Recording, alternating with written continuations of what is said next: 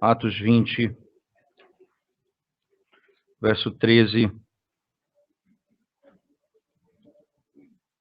até o verso 21.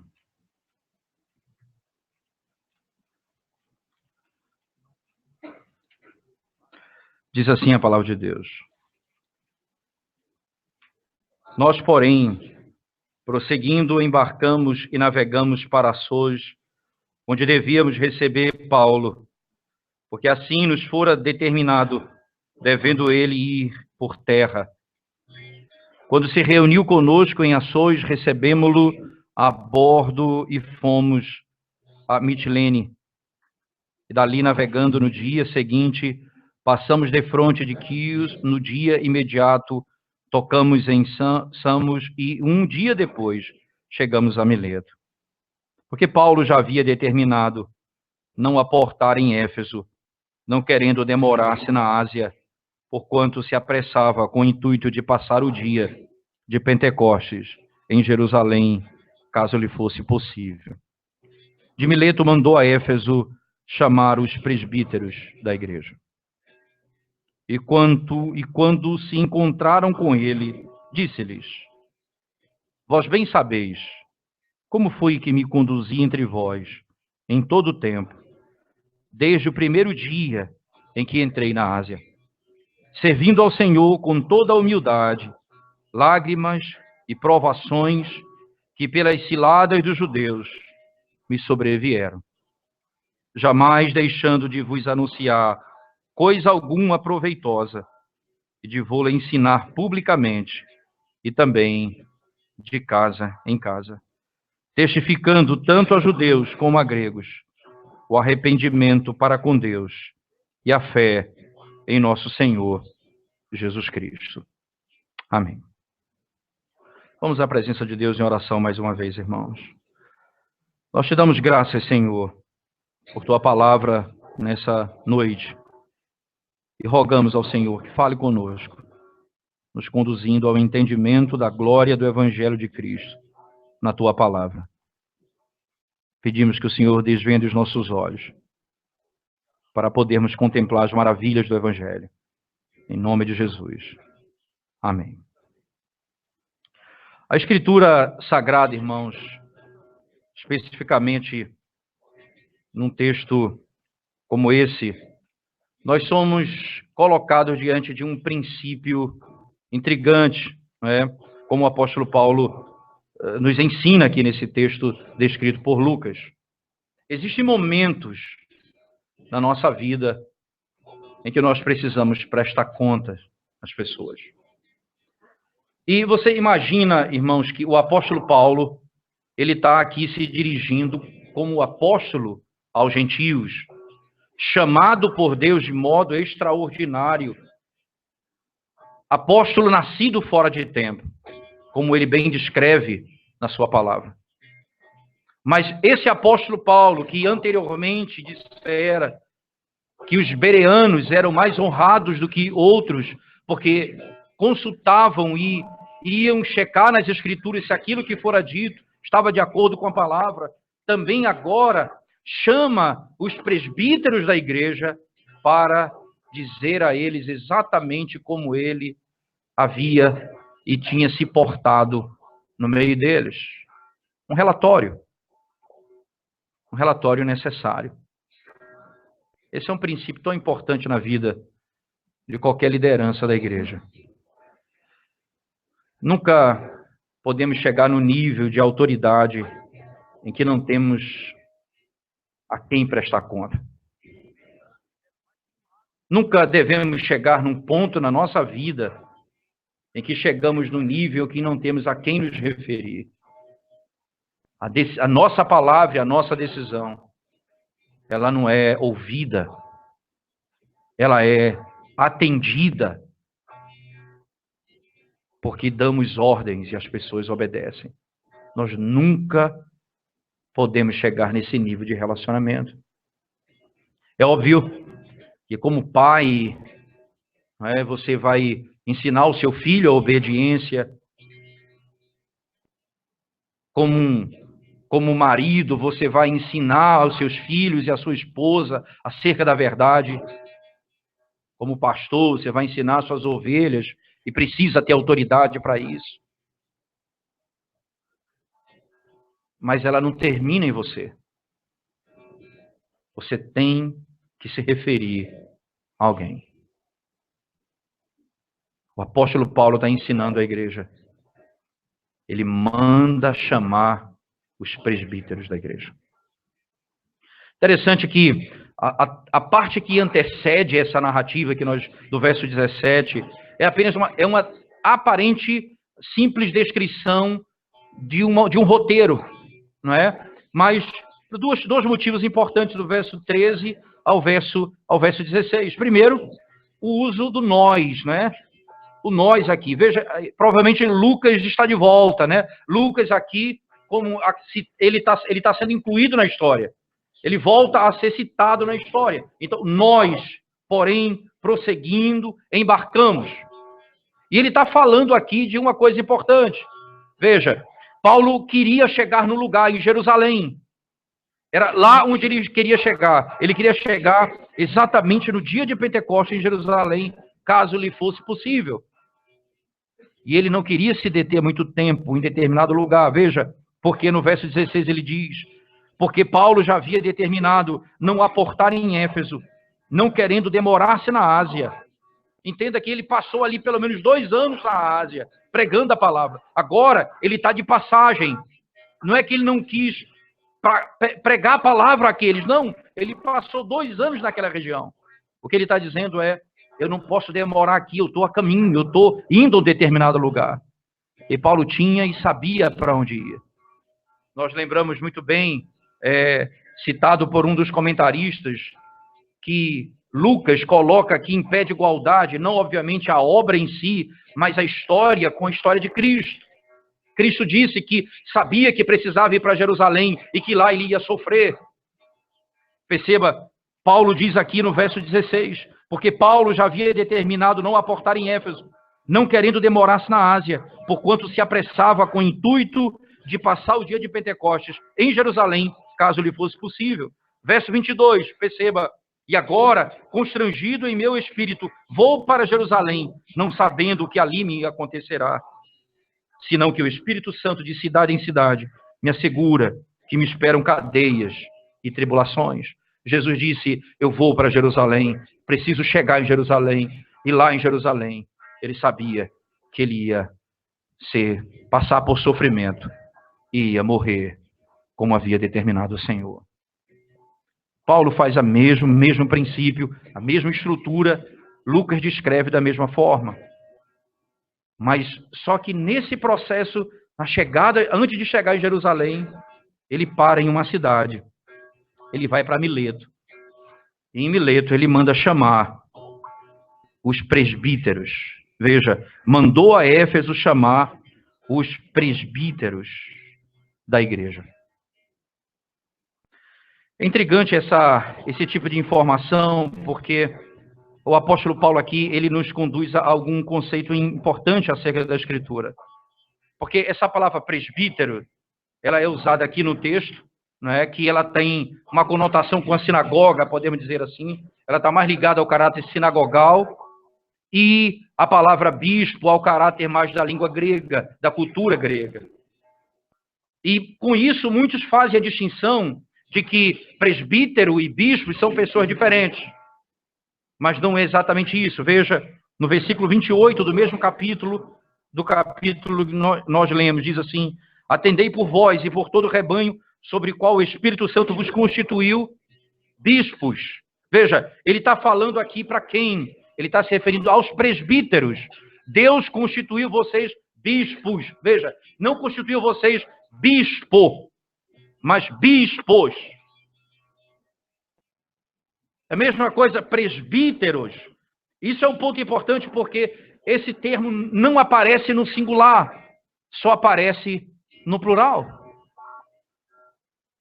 Porque o conceito bíblico, não é de um colegiado. Ele não manda chamar o presbítero, e aí a imagem, o dono da igreja, como muitos pensam da figura do presbítero, e diz: ele manda chamar os presbíteros da igreja, em Éfeso. E esse conceito aqui é o conceito que vai nortear a igreja. Então, quando você chama, que igreja você frequenta? A igreja presbiteriana. Né? O que esse nome diz para você? Ele não fala acerca do nosso corpo doutrinário, fala do nosso sistema de governo. Nós somos uma igreja presbiteriana e uma igreja de doutrina reformada, não é? Que é estabelecida nos princípios, nos padrões de Westminster, como nós cremos, fundamentado na Escritura Sagrada. Mas presbíteros fala do nosso sistema de governo, em que a igreja do Senhor, ela tem uma liderança de presbíteros. E Paulo ensina exatamente isso aqui. Veja o que diz o texto, irmãos. Mandou a Éfeso chamar os presbíteros. No livro de Tito, por favor, abra sua Bíblia comigo, Tito capítulo 1.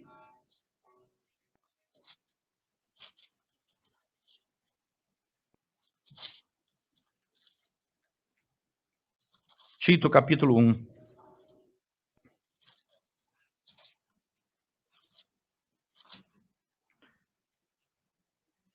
Verso 5, ele diz assim: Por esta causa te deixei em Creta, para que pusesses em ordem as coisas restantes, bem como em cada cidade constituísses presbíteros conforme te prescrevi. Veja, em cada cidade constituísses presbíteros.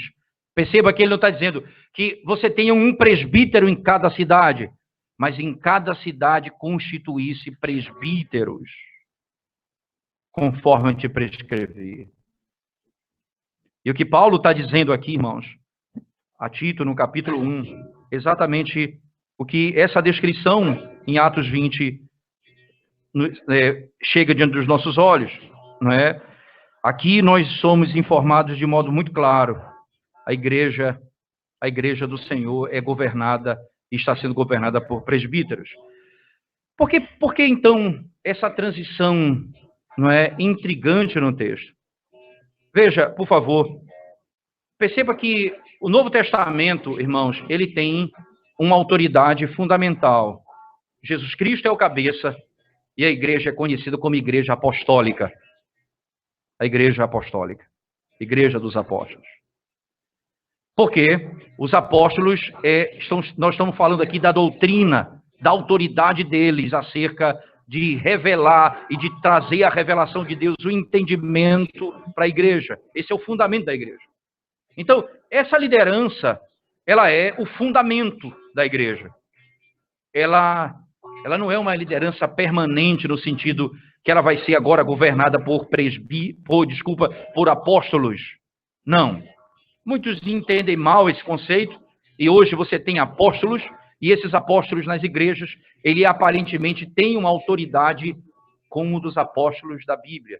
Só que Deus não falou com eles, e eles dizem aquilo que eles entendem, e as pessoas obedecem porque ele tem a autoridade apostólica. Não é esse o padrão.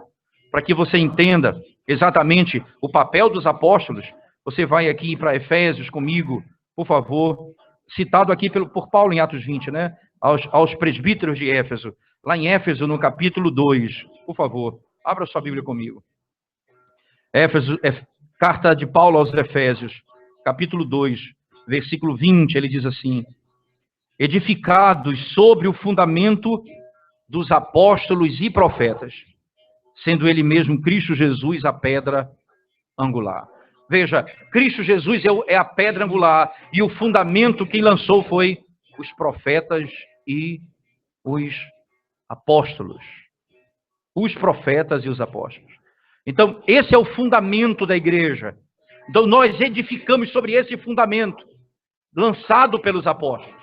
A igreja neotestamentária é uma igreja apostólica, que tem como fundamento Cristo Jesus, a pedra angular. Por outro lado, o governo da igreja, ele já não é apostólico no sentido de que nós teremos apóstolos para governar. Paulo nos ensina num simples ato. Ele chama os presbíteros, que ele ordena a Tito que vá de cidade em cidade, escolhendo presbíteros para a igreja. Então, ele chama esses presbíteros, porque Paulo está dando exatamente o princípio. Esses homens governam a igreja do Senhor. Esse é o governo permanente da igreja. Esse é o governo permanente da igreja. Aqui, ainda, o apóstolo Paulo não faz, ainda nesse texto em Atos 20, não faz a distinção entre presbítero docente e presbítero regente, como ele vai fazer escrevendo a Timóteo, na primeira carta dele, no capítulo 5, por favor. Primeira carta de Paulo a Timóteo, no capítulo 5.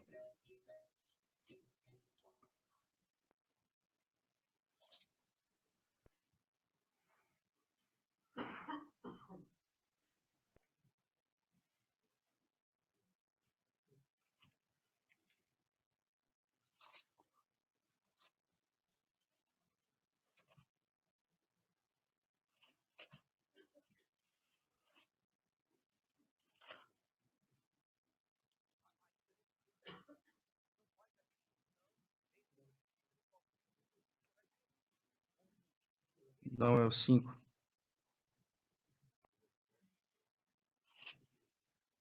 Quando ele diz acerca dos presbíteros que governam bem. 1 Coríntios 5, 17. Obrigado. 5, 17. Eu falei 18. 5, 17. Obrigado. Diz assim o texto. Veja o que Paulo coloca aqui. É bem interessante, não é? Ele faz uma distinção entre a função dos presbíteros na igreja. Devem ser considerados merecedores de dobrados honorários os presbíteros que presidem bem, com especialidade os que se afadigam na palavra e no ensino. Veja, aqui o apóstolo Paulo, ele tá falando de presbíteros, e esses presbíteros, eles são divididos em duas partes. Os que presidem, isto é, esses são os que administram a igreja. Perceba que essa administração não é simplesmente a ideia de administração financeira, mas essa administração, esse presidir aqui é o ensino da palavra, de casa em casa, na visitação. Esse papel do... E ele preside a igreja, os tribunais eclesiásticos, aqueles que vão julgar os membros, lidar com disciplina. Esse papel do conselho da igreja é muito importante. E aí vem o outro ponto, ele fala, não apenas aqueles, não são dignos de honorários dobrados aqueles que presidem bem, mas ele fala, e com especialidade, aqueles que se afadigam na palavra. Daí, esse princípio estabelecido, presbítero docente e presbítero regente. O presbítero que lida com o ensino e o presbítero que também ensina, não é? Mas não recebeu do presbitério, como é o caso de Timóteo, do presbitério, o princípio que ele estabelece, a imposição das mãos para a pregação da palavra. Aqui nós temos esse ponto. Não há distinção de autoridade entre presbítero docente e presbítero regente. Não existe autoridade maior no conselho da igreja. Há uma unidade. O voto do pastor tem o mesmo peso do voto de um presbítero da igreja.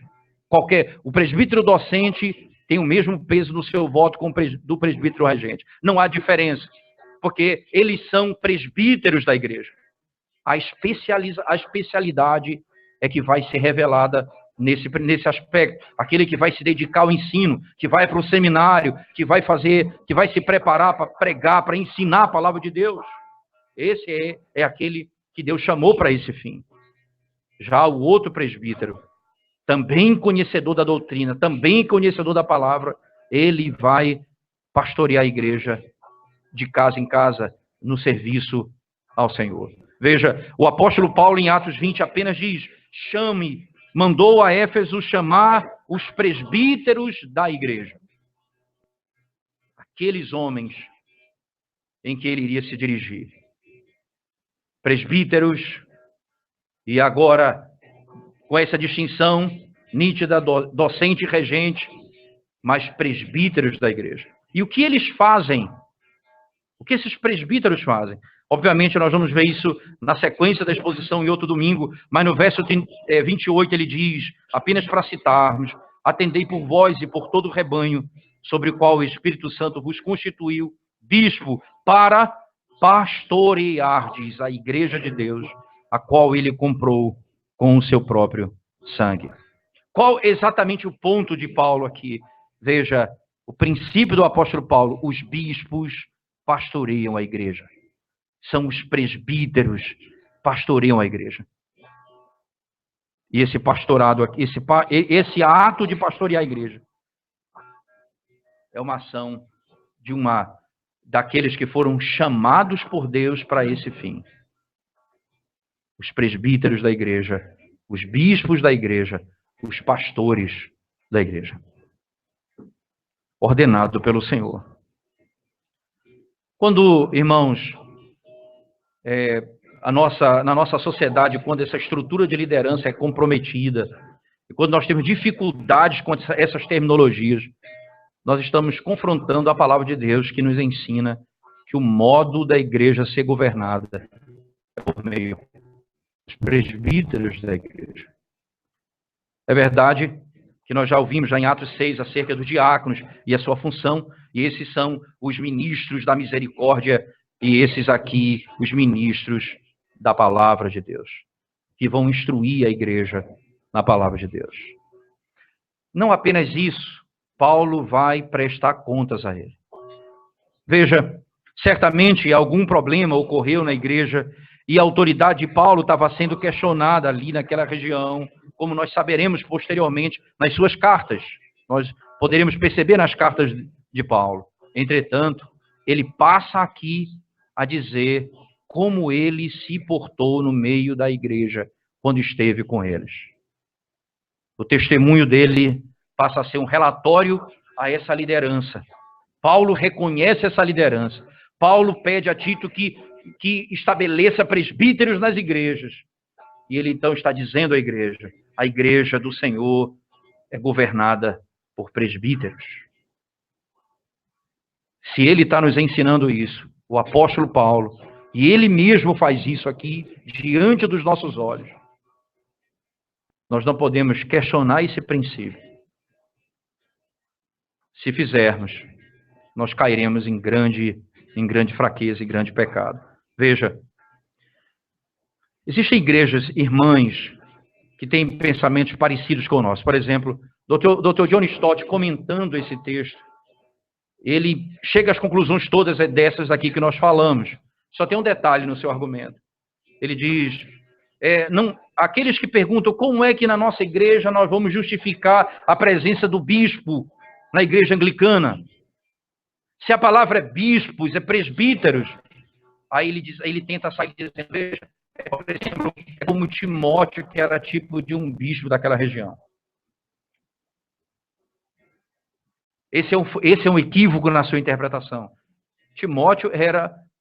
Tito era aqueles que estavam plantando as igrejas juntamente com Paulo e estabelecendo presbíteros na região.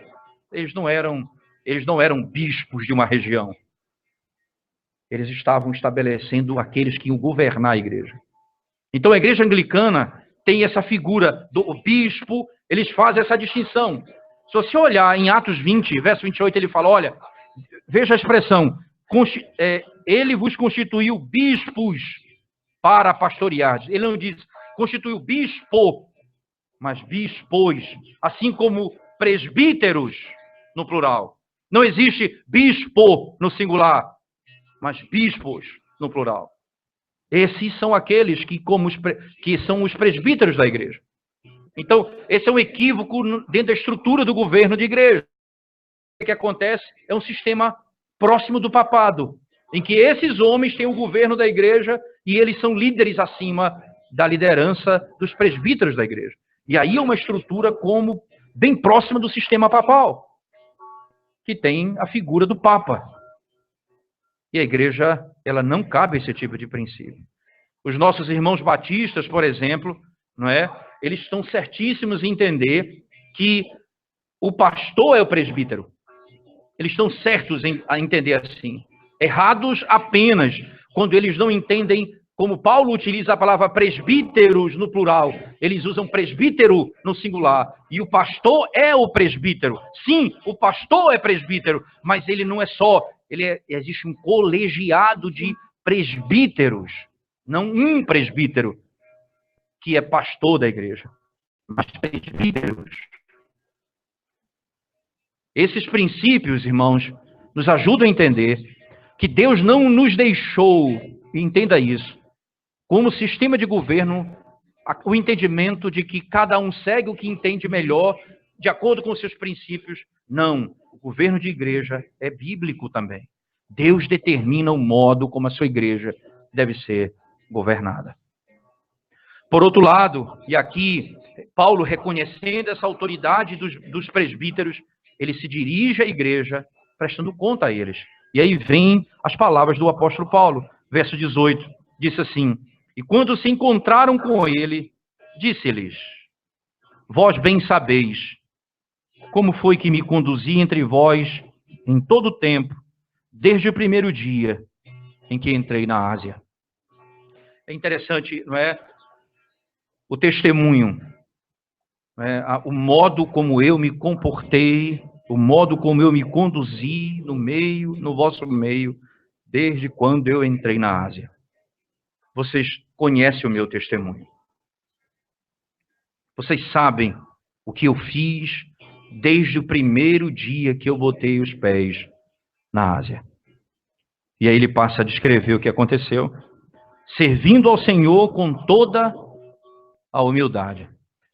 Interessante que Calvino, quando vai começar a comentar esse texto, ele começa a dizer: há uma aparente impressão que Paulo está aqui dizendo, veja como eu fui bom, o que eu fiz de bom no meio da igreja, né? E ele dá uma ideia de soberba aparente de Paulo, descrevendo o seu comportamento no meio da igreja. Não foi ninguém que disse, ele que está dizendo isso.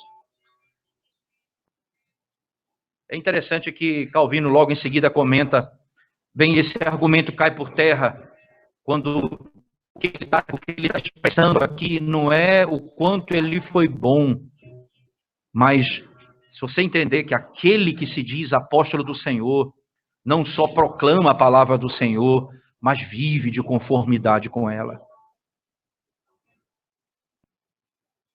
Estavam surgindo no meio da igreja muitos falsos profetas que proclamavam uma verdade e eles andavam longe dela. E Paulo está dizendo: vejam como eu me conduzi. Como podemos dizer isso, irmãos? Podemos afirmar isso. Veja como eu tenho me conduzido no meu ministério. Como pastor, como presbítero da igreja, como diácono da igreja. Veja como eu tenho me conduzido durante todo esse tempo. E aí ele começa a descrever alguns aspectos da sua caminhada, servindo ao Senhor com toda a humildade. Bem, a arrogância aparente cai por terra, porque o primeiro aspecto que ele estabelece é: eu servi ao Senhor com toda a humildade. E esse é um dos aspectos do cristão que é a porta de entrada da bem-aventurança. Bem-aventurados humildes de espírito, porque deles é o reino dos céus.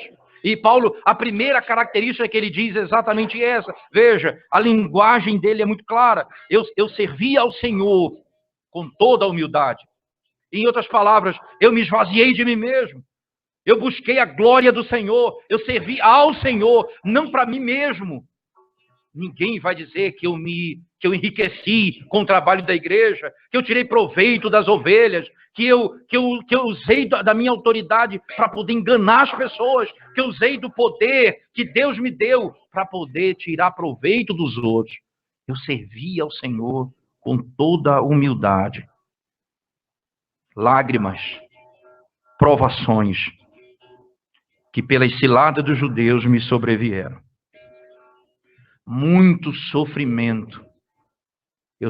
Foi em meio a muito sofrimento que eu servia ao Senhor no vosso meio. Eu não tinha razão nenhuma para permanecer aí. Os judeus me perseguiam, os judeus tentaram me encarcerar, os judeus me caluniaram, os judeus me levaram para diante dos tribunais. Mas eu servi ao Senhor no vosso meio com lágrima, tribulação e humildade. O que é que eu queria exatamente? Versículo 20. Jamais deixando de vos anunciar coisa alguma proveitosa. Jamais deixando de vos anunciar coisa alguma proveitosa. E aqui, o apóstolo Paulo, ele está, de modo muito claro, estabelecendo um princípio importante. No meio da tribulação, da perseguição, eu abria a boca para ensinar a igreja o que era proveitoso. Não há amargura, não a angústia do meu sofrimento, não para que as pessoas se apiedassem de mim. Não, eu, em meio a tudo isso, eu ensinei à igreja o que era proveitoso. E fiz isso em grande tribulação. A lógica e o princípio do apóstolo Paulo, quando dá testemunho para a igreja acerca daquilo que ele está fazendo, eles sabiam como ele tinha vivido. E quando ele esteve com eles naqueles dias, ele apela para a memória deles. Essa memória que está diante dos seus olhos. Humilhação, sofrimento, perseguição. Mas o que vocês ouviram da minha boca foi ensino proveitoso.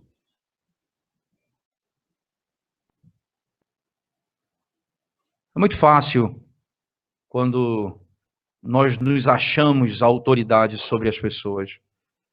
E as pessoas veem algum sofrimento, alguma injustiça acontecendo com perseguição. E nós, ali naquele momento, nós podemos simplesmente dizer assim, tá vendo? É por causa da verdade que estamos sofrendo. É porque as pessoas, elas não amam a verdade. E nós começamos então, de repente, nós começamos a falar como que nós somos dignos, por causa que andamos corretamente, as pessoas nos levarem ao sofrimento. E esquecemos que naquele momento é a grande oportunidade que nós temos de ensinar as pessoas aquilo que é proveitoso para elas. Não a amargura. Não a amargura do sofrimento. Não fazendo com que as pessoas fiquem com raiva daqueles que nos fazem o mal. Mas proferindo a palavra de Deus a essa pessoa. O apóstolo Paulo usa uma expressão interessante.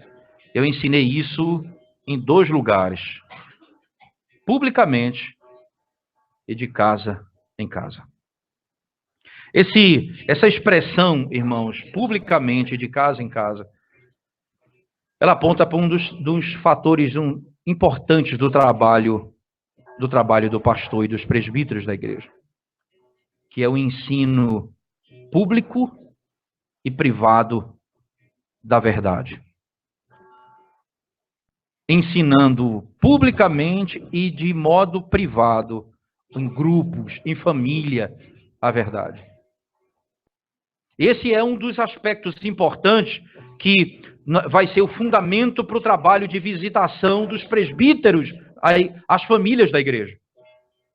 Porque a verdade não é apenas ensinada publicamente, não é apenas pública da igreja, mas ela também é ensinada de casa em casa. Como o apóstolo Paulo diz, veja, quando eu estive convosco nesses anos, eu preguei a palavra publicamente a vocês, no meio de sofrimento e angústia e vivendo o estado de humilhação, sendo diante de Deus, não buscando a minha própria honra.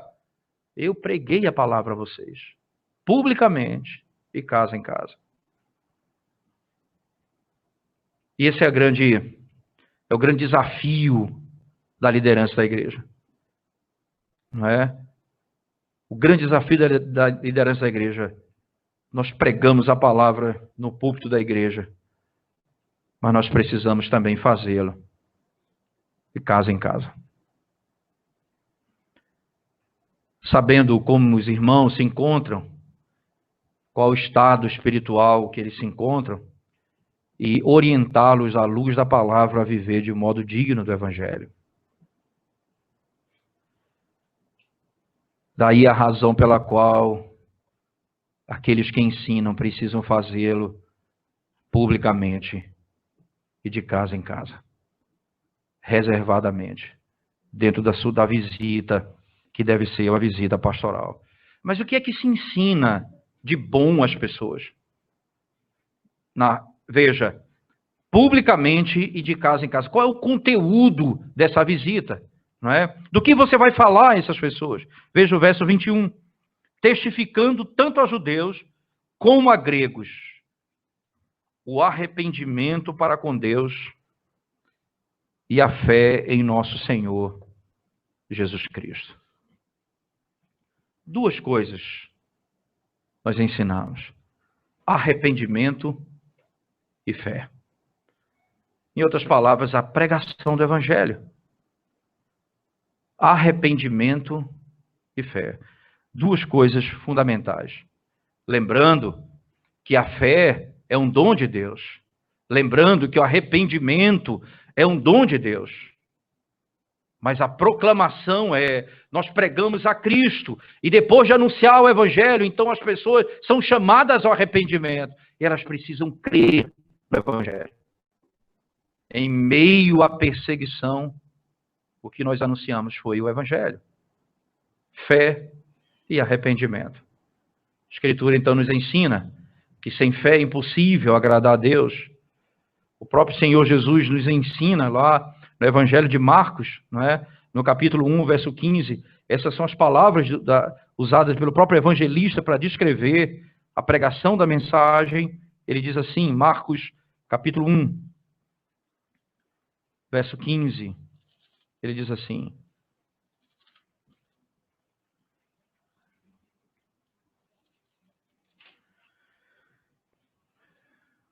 de 14 e 15, depois de João ter sido preso, foi Jesus para a Galileia, pregando o evangelho de Deus, dizendo: o tempo está cumprido, o reino de Deus está próximo, arrependei-vos e crede no evangelho. Veja, e esse é o resumo da expressão acima, pregando o evangelho de Deus, dizendo o que às pessoas? Arrependam-se e creiam no evangelho.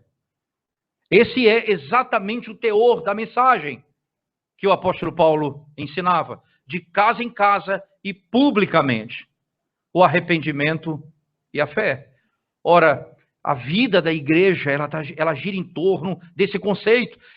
Nós não podemos pregar outra mensagem, mesmo que se ensine qualquer outro aspecto da doutrina bíblica. O fundamento disso está na doutrina da redenção. Nós vimos hoje, pela manhã, a ceia do Senhor. E quando lemos Mateus 26, quando participamos da ceia do Senhor, Jesus Cristo disse: esse é o meu sangue, o sangue da nova aliança, que foi derramado por vós para a remissão de pecados. Para a remissão de pecados. Nós vimos, por exemplo, também que o batismo aponta para esse mesmo princípio. O que o batismo diz? Nosso pecado foi perdoado. A água que é derramada sobre nossa cabeça, ela aponta exatamente para esse aspecto da obra que já foi realizada. Cristo nos purificou de todo pecado. A disciplina eclesiástica tem esse mesmo papel. A restauração significa o indivíduo foi reconduzido porque o Senhor perdoou o seu pecado. A lógica da Escritura gira em torno dessa doutrina. Então, essa visita, essa pregação, tanto para a salvação do pecador, quanto para para a santidade da igreja, ela não pode ser abandonada, porque ela serve exatamente para esse fim, tanto para a salvação do pecador, quanto para a santificação da igreja. Muitos dos nossos problemas estão fundamentados no fato de não entendermos o Evangelho e aplicarmos na nossa vida nas muitas áreas dela. Nas muitas áreas dela. A culpa que carregamos por um pecado que cometemos no passado, que lacera a nossa vida e que destrói a nossa vida, quando já confessamos o pecado e já abandonamos ele, mas ele está martelando aqui na minha cabeça. O que está acontecendo? O entendimento da doutrina do perdão não foi bem entendido por esse jovem, por esse rapaz. A igreja precisa socorrê-lo. O entendimento da mensagem precisa ser esclarecido a ele. Quantas pessoas sofrem porque duvidam até mesmo da sua fé e dizem: a minha fé é tão pequena, a minha fé é tão pequena. Mas é pequena em quem? Você confia em quem com essa fé pequena? Em Cristo, teu Senhor. Então ela é perfeita. Ela é perfeita. Porque você confia no Deus que é perfeito, Jesus Cristo. Mesmo ela sendo pequena. Esse princípio bíblico, ele vai ajudar a igreja a tirar muita gente de angústia e medo, porque não entende a doutrina do arrependimento e da fé. Não creem nessa forma no Evangelho. E esse trabalho, o apóstolo Paulo diz: eu fui ter convosco, eu andei no vosso meio, com humildade, em tribulação, perseguição, mas anunciando as coisas boas do Evangelho, publicamente, de casa em casa, arrependimento e fé. Foi o anúncio da minha mensagem para convosco. Até mesmo a doutrina do conhecimento. Alguém diz assim: bem, como alguém pode chegar a conhecer as coisas de Deus se não for por meio do arrependimento e do perdão dos nossos pecados?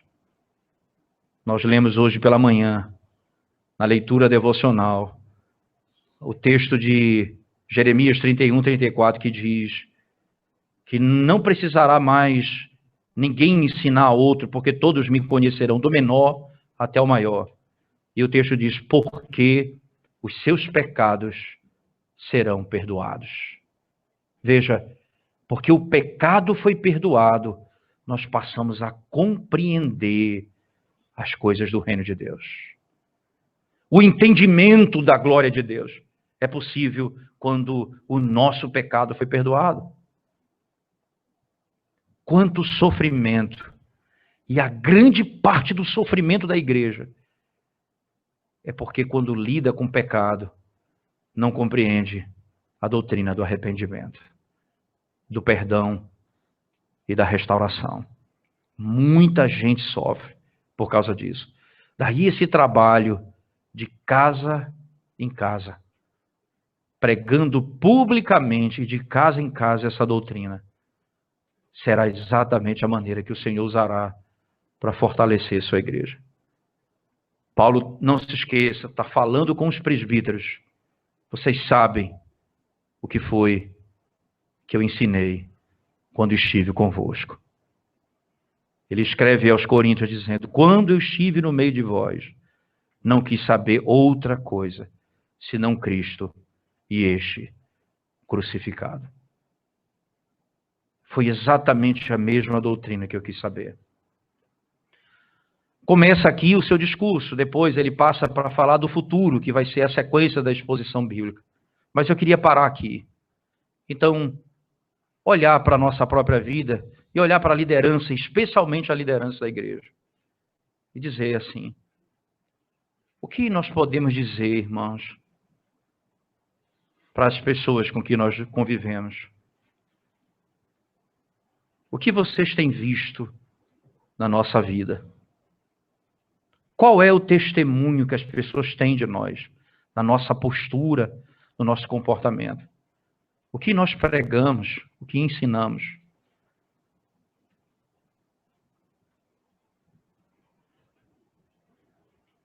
As pessoas têm visto bondade no nosso coração.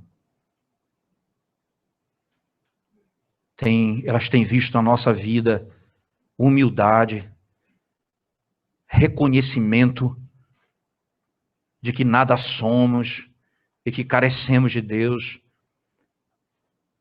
Eles podem dizer de nós que nós temos preocupações com a vida e a alma delas. Não só porque nós abraçamos as pessoas, mas elas podem dizer se aquilo que ensinamos é o evangelho do arrependimento e da fé. Porque as pessoas podem achar que estamos fazendo o que é bom, por não entenderem o que é que elas precisam. Porque se não ensinamos o evangelho de Cristo, nossa expressão pode ser a melhor possível, mas nós não estamos fazendo o que Deus ordenou. Mas nós podemos dizer isso às pessoas? Você que é liderança da igreja, como presbítero da igreja, como você tem governado a sua casa? Seus filhos? Como você tem administrado a sua vida? Como as pessoas podem na igreja se referir a você?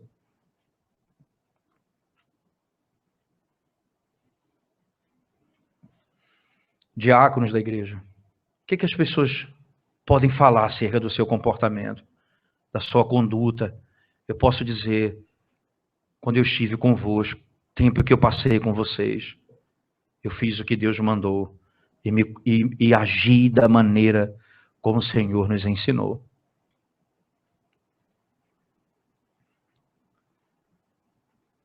Você como pai, o que a sua esposa tem para dizer acerca de você? Você como pai, como marido, o que a esposa tem para dizer acerca de você? Você pode dizer para a igreja e para os seus filhos, eu tenho agido com amor, eu tenho sido gentil, eu tenho sido carinhoso com você, eu tenho procurado ensinar com paciência, com cuidado, eu tenho buscado o melhor para a sua vida, é assim? O que exatamente que a sua esposa pode dizer acerca de você? O que os seus filhos podem falar de você quando você deu o relatório acerca da sua vida para a sua casa? O que você pode dizer para eles? Eu tenho me conduzido de maneira correta. Eu tenho buscado fazer o que é certo.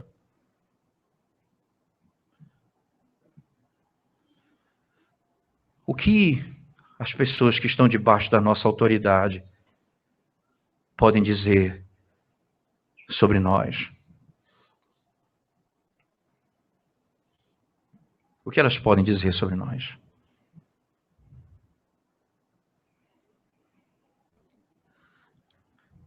Certamente, o que Paulo ensina é o fim dessa mensagem: arrependimento e fé. Se não temos nos comportado da maneira como o Senhor ordena, arrependa-se do seu pecado.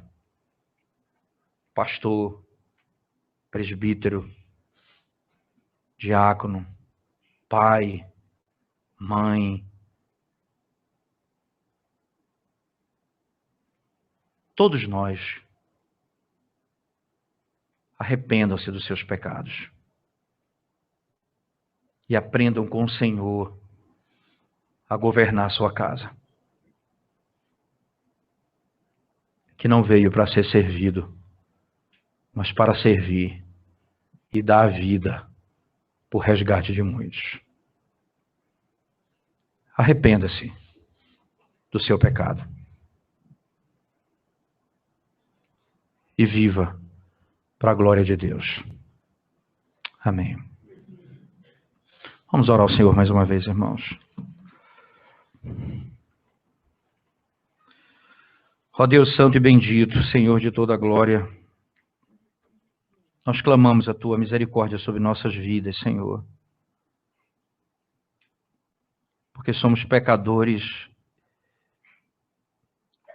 e não temos feito aquilo que o Senhor nos ordenou fazer.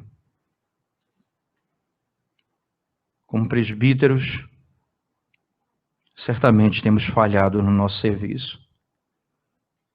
Pedimos ao Senhor, nos ajuda, Senhor, a cumprir o nosso ofício, de modo que o Senhor seja exaltado na vida da igreja.